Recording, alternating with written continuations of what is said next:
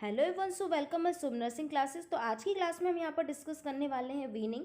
तो वीनिंग होता क्या है? प्रीवियस क्लास में हमने देखा था कि ब्रेस्ट फीडिंग के बारे में हमने बहुत सारी चीज़ें डिस्कस की थी।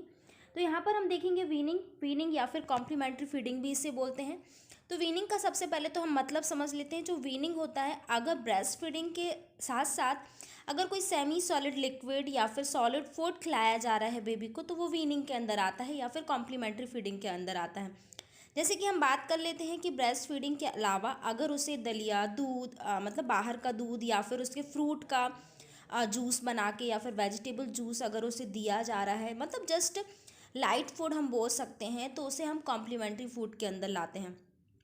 तो यहाँ पर हम बात करते हैं कि जो वीनिंग एक प्रोसेस है जो कि ट्रांजिशनली है, या फिर हम बोल सकते हैं कि जब बेबी को ब्रेस्ट मिल्क बंद करवाना होता है, या फिर तो उसके साथ साथ धीरे धीरे उसमें फूड भी इंक्लूड किया जाता है, धीरे धीरे उसमें कॉम्प्लीमेंट्री फीडिंग देना स्टार्ट करते हैं, क्योंकि सडनली ब्रेस्ट मिल्क भी स्टॉप नहीं कर सकते।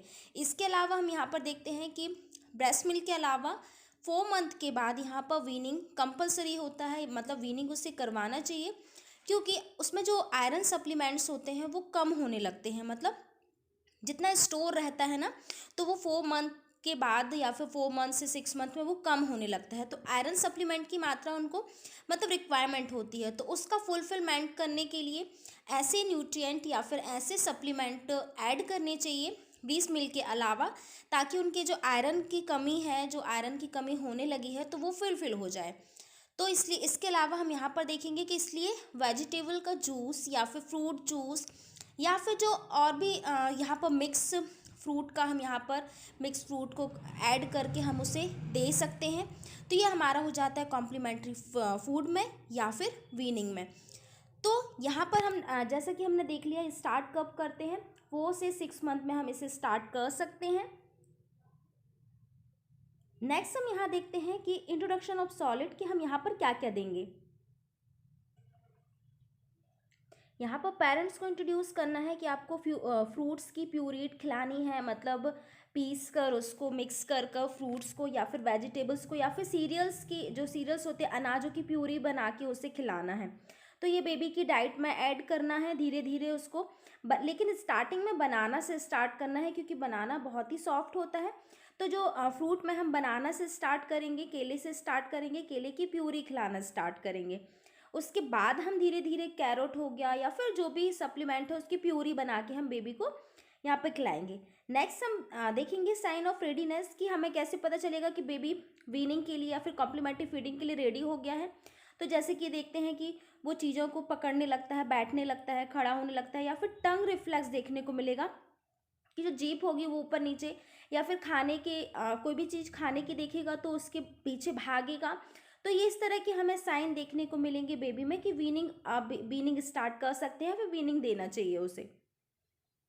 नेक्स्ट हम बात करते हैं पेरेंटल गाइडेंस में हमें क्या क्या देना चाहिए। तो parental should monitor a baby reaction after a variety of food, avoid added salt and sugar. तो यहाँ पर पेरेंट्स को गाइड करना है कि उसको मॉनिटर करना है, उसके रिएक्शन को मॉनिटर करना है, क्योंकि कभी कभी ऐसा भी होता है कि फूड को सडनली ऐड करने से उसे डायरियल प्रॉब्लम भी हो सकती है, या फिर उसका साइड इफेक्ट भी देखने को मिल सकता है, उसको एलर्जी भी हो सकती है फूड से। तो उसको ऑब्जर्वेशन में भी रखना है कि बेबी को किसी तरह की कोई एलर्जी तो नहीं क्रिएट हो रही है। तो ये हमारा हो जाएगा पेरेंटल गाइडेंस में। इसके अलावा यहाँ पर वैरायटी ऑफ फूड ऐड करना है, ताकि वो हर फूड को हैबिचुअल हो जाए, सारे फूड खाना स्टार्ट कर दे, क्योंकि अगर हम छोटे में नहीं खिलाते हैं किसी बेबी को फूड, तो बाद में नहीं खाता है। इसलिए सारी वैरायटीज़ के मतलब फूड को ऐड करना है हमें वीनिंग में। और यहाँ पर हम देखेंगे कि सॉल्ट एंड शुगर को अवॉइड करना है, ज़्यादा हमें सॉल्ट या फिर शुगर यहाँ पर नहीं देना है। नेक्स्ट हम बात करते हैं, यहाँ पर बहुत ही इंपॉर्टेंट है, weaning before 4 month is called early weaning. अगर वीनिंग 4 महीने पहले से, मतलब 4 मंथ का बेबी है उसके पहले ही वीनिंग स्टार्ट कर देते हैं, तो उसे अर्ली वीनिंग बोलते हैं। या फिर हम बोलेंगे अगर 9 मंथ के बाद वीनिंग स्टार्ट करते हैं तो उसे लेट वीनिंग बोलते हैं। बहुत ही इंपॉर्टेंट है, इसे हमें पता होना चाहिए। तो हम यहाँ बात करेंगे, अगर 4 मंथ पहले मतलब अर्ली वीनिंग स्टार्ट करते हैं तो यहाँ पर रिडक्शन ऑफ ब्रेस्ट फीडिंग देखने को मिलेगा। नेक्स्ट हम यहाँ देखने को मिलेगा बेबी में डायरिया की कंडीशन देखने को मिल सकती है, क्योंकि उसका डाइजेशन सिस्टम उसका प्रॉपर बना नहीं है या फिर मैच्योर नहीं हुआ है। इसके अलावा increase morbidity and mortality rate भी देखने को मिलेगी, क्योंकि उसको डिसीज कंडीशन भी यहाँ पर अकर हो सकती है। इसके अलावा हम देखते हैं 9 मंथ के बाद अगर लेट वीनिंग स्टार्ट हो रही है तो लेट वीनिंग में क्या देखने को मिलेगा, बेबी मालनरिश्ड हो सकता है क्योंकि वीनिंग उसके बाद में स्टार्ट कर रहे हैं।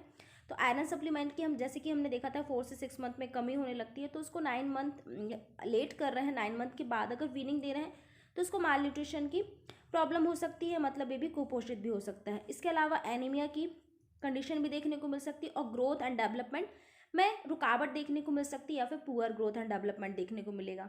तो ये बहुत ही इंपॉर्टेंट टॉपिक हो जाता है हमारा। तो ये था हमारा वीनिंग के बहुत बहुत ही शॉर्ट में हमने इसको समझाने की कोशिश की वीनिंग क्या होता है।